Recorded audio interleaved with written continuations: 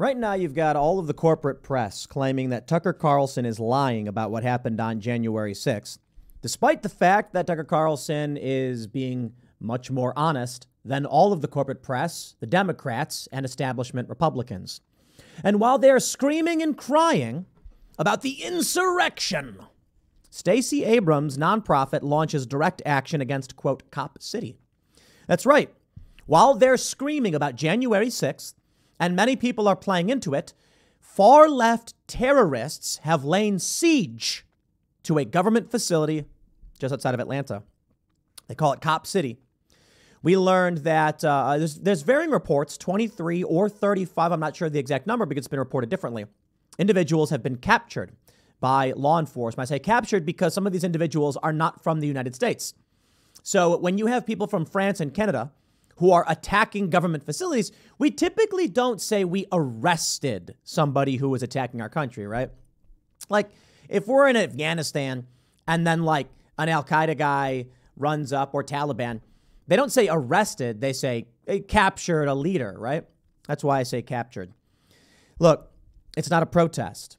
It's extreme violence and terror against a government facility, and it is now being supported by a particularly prominent Democratic figure, which some people speculate may actually run for president. This is the difference between the right and the left. And this is why I'm going to tell you right now, to y'all faces, the people who are naysaying about the idea of a civil war or national divorce have stuffed their head into the sand. They're refusing to see what's going on. Let me make clear for you with this story. Stacey Abrams, what did she do? Claimed an election was stolen from her. Is a prominent Democratic figure. They say she may run for president, as I already stated. And she is now, through her nonprofit, supporting further terrorism. What happened in Atlanta and Memphis and Cop City has people charged as terrorists. Because they're not just like showing up and waving signs, they're firebombing buildings. Stacey Abrams supports this. At the same time, the establishment is talking about January 6th. They are screaming and crying because Tucker released a video of the cops escorting a guy in shaman headgear through a building, but they're ignoring a political faction. And this is part of it. Not only do these far-left extremists, not only are they equipped and funded by far-left NGOs, they are defended by politicians, defended by the press, and when they commit extreme violence, literally right now, insurrection, the media says nothing. So, you best start believing in Civil War stories, my friends. You're in one.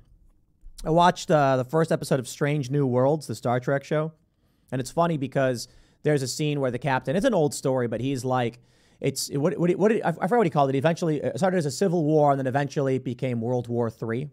Maybe that's what's happening. But y'all want to go ahead and believe. I'm not saying all of you. I'm just saying the people who do, that there's not a civil war happening. We may not be in the hot conflict, that we can see definitively. But I tell you this. When you have 150 far-left extremists, some from out of the country, attacking government facilities, and you have institutions protecting them, this is the makings of civil war. Because if it was just Antifa on their own attacking these facilities, I'd say insurgency, unrest, whatever you want to call it, riots. But they have institutional support and protection. That is something different. A Southern Poverty Law Center lawyer was arrested as part of the terrorist attack. And a spokesperson for the SPLC tweeted out in support of the terrorists. And Stacey Abrams' organization is organizing for the terrorists. I love how I say the terrorists, but listen, I'm not talking about this old 9/11, the terrorists want to stop us garbage. I'm talking about a video of 150 far-left extremists firebombing things. That's terrorism. Well, here's the story from the Post-Millennial. A Georgia-based voter registration nonprofit founded by Stacey Abrams and dogged by allegations of financial impropriety called for a national day of action against police terror on Tuesday. #StopCopCity. That is the slogan, the hashtag for the terror attacks. I'd like to also point out March 9th, that's tomorrow. That's my birthday. How dare they? But if you want to stick it to the man, you can get me a birthday present by becoming a member over at timcast.com. As a member, you get access to uncensored segments of the Timcast IRL podcast, so your support is greatly appreciated. On Sunday, far-left extremists attacked a future police training facility in Atlanta, Georgia, nicknamed Cop City. The group, of whom were dressed in black blocs, set fire to construction equipment and attacked police officers. 23 people, including a member of the Southern Poverty Law Center, were arrested. A member of? Post-millennial, who wrote this one? Ari Hoffman, an employee receiving cash. Amazing. On Tuesday, Abrams' nonprofit, the New Georgia Project, announced this Thursday, March 9th at 6 p.m., NGPAF activists and partners will be in Atlanta marching to stop Cop City as part of the National Day of Action Against Police Terror. The flyer featured the organization's logo alongside those of other radical activist groups. Well, there you go, my friends. We are going to likely see tomorrow more terror attacks. There was a viral videos, far leftists firebombing Atlanta, and the people there got arrested and charged with terrorism. They come back. These charges, these threats, we're going to hold you as terrorists, they don't scare these people. These peoples have shattered minds, brains that don't quite make sense. Hey, you want to come to me and be like, police do bad things? I'd be like, yes, often police do bad things. Not every single police officer, but the institutions, I believe, have problems and we need reform. So then you show up and firebomb things, and I'm just like, okay, well, this is quite literally the problem I was just talking about. Psychotic individuals who lack any accountability, doing whatever they want and hurting people, like these activists who burned down private homes and flipped over and torched a man's truck. That sounds like the exact problem I was just talking about. When I see a video of a cop, this video went viral a couple weeks ago, falsely arresting a teenager and accusing him of being under the influence, even though he blew a breathalyzer of 0, passed all the sobriety tests. I'm like, yeah, we got bad cops. We got bad cops. Does that mean you should go out and start mercilessly beating and arresting people? No. It means we're trying to stop that. But these people are as evil as those they claim to be fighting against. For the most part, I should say, typically the people they claim to be fighting against are like regular Americans who aren't evil, so they're lying. Andy No says, I was interviewed on Newsmax about the latest terrorist attacks by members of the Stop Cop City Antifa network in Atlanta. Like ISIS, they've released unending propaganda with the aid of liberal media to urge comrades all over to come to Atlanta. The death of their gunman in January was further used for recruitment, leading to the attack we saw on Sunday. I'm just kind of sick of it. Let me break down for you what we are seeing to help you understand. No, hold on. Most of you I know understand. I'm talking about the people who don't. For the past 2 years, far-left extremists have occupied this territory. Recently, when police attempted to remove these extremists, they opened fire, shooting a cop, putting him in the hospital. Police returned fire, killing one of the terrorists. Because of this, the far left then rallied, saying they assassinated this guy. Truth doesn't matter. They don't care about you or police or government. All they care about is their cult was attacked. They don't care if they started the fight. They want to end it. In response, we see more terrorism. It escalates. Police then respond by arresting people. They're now going to come out and say the police unjustly detained our people. Take a look at this story. Here we go. SPLC lawyer accused of domestic terrorism in Antifa-linked attack on Atlanta police site granted $5,000 bail. 28-year-old Thomas Webb Juergens, an attorney for the Southern Poverty Law Center, was granted bond. And they said, but he was a legal observer. Was he? Here's the spokesperson, Michael Edison Hayden, spokesperson for the SPLC, tweeted out a chant that was used by the domestic terrorists as they carried out an ambush attack in Atlanta. Now, here's what's going to happen. Here's the tweet. Michael Edison Hayden says, Stop Cop City. Hashtag Stop Cop City. That is the slogan for the terrorists right now. expressing support for what they're doing. And that's funny. He posted this the day after they did it all. He posted it in response to them saying, the SPLC is trending because a person who works as an attorney was arrested in the forest last night as a legal observer and charged with terrorism. Does the truth matter to these people? Of course not. They're going to weaponize this. But let me tell you the truth. We have video of 150 or so far-left extremists firebombing a government facility. Under construction, mind you. I know. And an SPLC lawyer was there. Why? Well, he was aiding and abetting them. The purpose of the legal observer is to provide a legal defense after these people after they're captured. That is aiding and abetting terrorist actions. Now, you can argue that every terrorist, any criminal, anyone accused deserves a lawyer. Fact. But you don't have the lawyer with the criminal in the bank as they're robbing the bank. Imagine if a bunch of bank robbers said, can we get a legal observer to come with us while we rob the bank? And the legal observer walks in and says, yes, I'm with these people. Yes, we are friends. Yes, we support them. But I'm not robbing you. Yeah, we'd arrest that guy and charge him as an accomplice who was aiding and abetting a bank robbery. So when Michael Edison Hayden comes out expressing support as a spokesperson for the SPLC, it is clear as day. This guy who was arrested is in league with the terrorists and is providing material support for the purpose of protecting an extremist ideology. And Stacey Abrams, of course, is as well. Let's take a look at what's going on there on the ground. We got this tweet from Anthony Cabasa, and then a tweet from Andy No. Cabasa says, just got sent to me. This is posted on California Capitol grounds. Seems Antifa is recruiting and warning the community to be on the lookout and report fascist, patriot, and white supremacist behavior. With an email, it even links to a site to watch anarchist videos. Andy says this is a real flyer.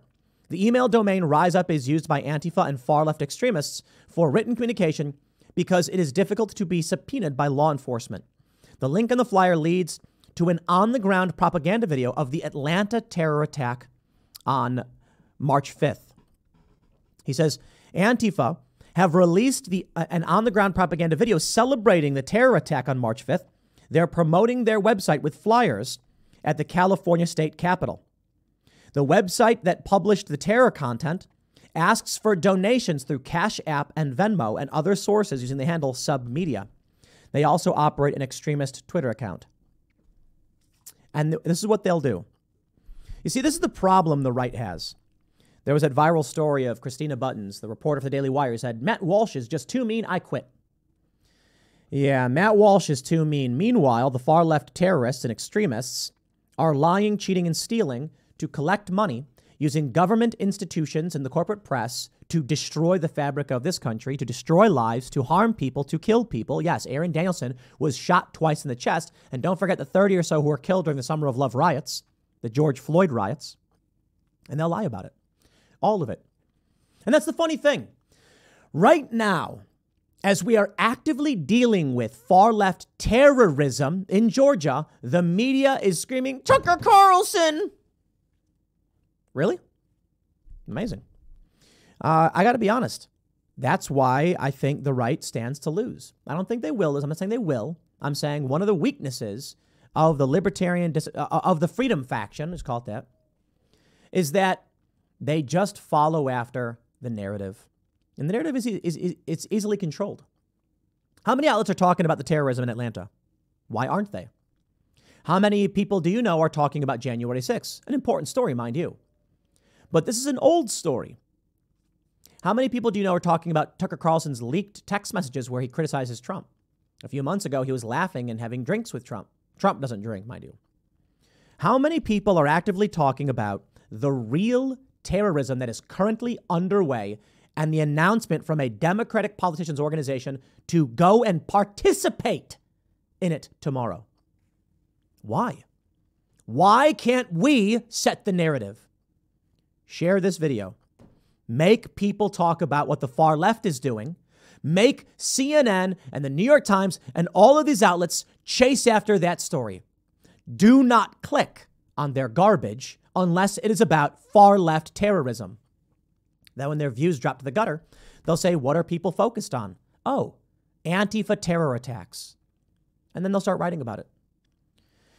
The problem is, even the right wants to talk about January 6th. I mean, we do here at Timcast, the Freedom Faction, I should say. We do as well, but I make space for this story as well. I got to be honest with you. I'd be willing to make a bet that come tomorrow, when I look at the analytics for the morning video about Tucker Carlson and this video about active calls from Democratic organizations to commit terror attacks, I'm being a little bit hyperbolic, calling for people to join terrorists who are engaged in terror attacks, I'm willing to bet this video gets substantially less viewership than the January 6th video does, despite the fact that this is a video about an active call for people to join terrorists. I don't know. Maybe there's a better word than terrorists. Maybe we can call it insurgents. But because terrorism is overplayed, in my opinion, but that's what's happening. Far left extremists have used violence and threats of violence, terror, to force people to bend to their whims. It works. They go around firebombing buildings and nobody stands up against them. They have sexualized performances for children and the cops won't arrest these people. And then they go on TV with their allies in the corporate press and they lie about everything. And all we do is chase our tails. Look, talking about this is important. Talking about Tucker Carlson and the evidence that he exposed is very, very important. Making sure more people hear about that is important. I kind of feel like, though, this is the counterbalance that needs to be pushed as hard as possible in the corporate press, in the mainstream sphere of public influence. So here's one thing you can do. Take this story from the Post-Millennial, and anytime you see anyone talk about January 6th on Twitter, post this story. Say, hey, look, Stacey Abrams is helping organize an event with a known terror group. Stop Cop City is the slogan for terrorists. And they say against police terror. What are the police doing? Building a facility? That's terrorism. What's Antifa doing? Firebombing it. That's terrorism. So maybe not just this story, but also Andy No's tweets. How about the tweet from Andy No about this guy supporting Stop Cop City? How about this? Take the story about the SPLC lawyer getting arrested and post the link to this story on every single tweet you see talking about January 6th. Force them. Make it trend on Twitter. And they'll say, what aboutism? What aboutism? You can say, no, January 6th was just 2 years ago, and this thing is currently happening right now. This should be the big story. How about this? We're gonna be at the Capitol on Friday, talking with Matt Gaetz and many other members of Congress, and I am going to ask them to create a committee on Antifa extremism, start pulling in people, filing subpoenas. Stacey Abrams should be subpoenaed and forced to testify to the select committee on the Antifa extremist threat to this nation. Do it.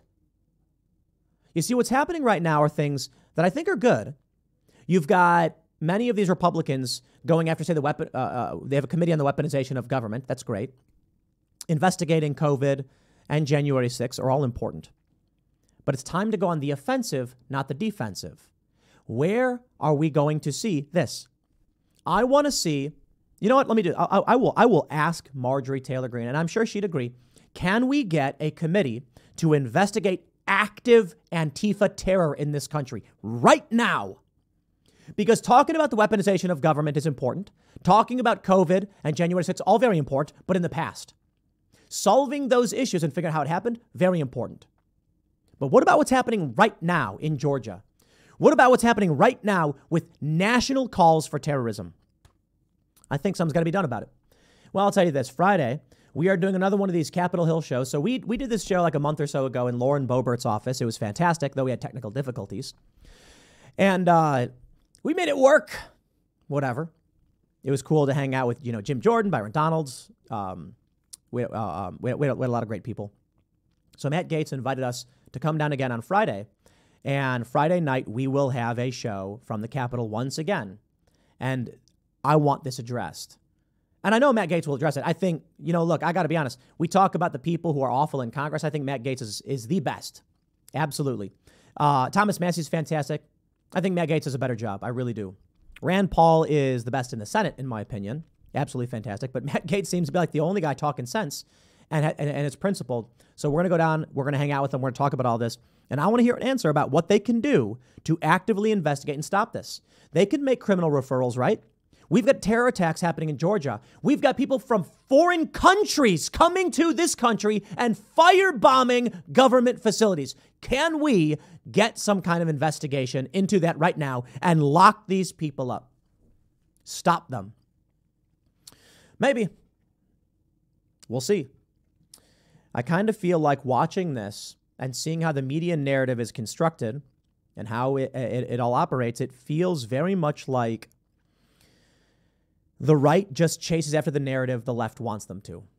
We have to push back against that. We have to set the narratives ourselves. Shun news stories that don't matter. Focus on only the stories that do. That's the important thing. Don't share stories from the left. Share stories from Timcast or the Post-Millennial. Share videos from Timcast. Share this video. Become a member at timcast.com. Let's decide for ourselves what is important and force them to talk about what we want. And right now, I think we should be talking about active calls for terrorism and active terrorism. I'll leave it there. Next segment's coming up at 4 p.m. on this channel. Thanks for hanging out, and I'll see y'all then.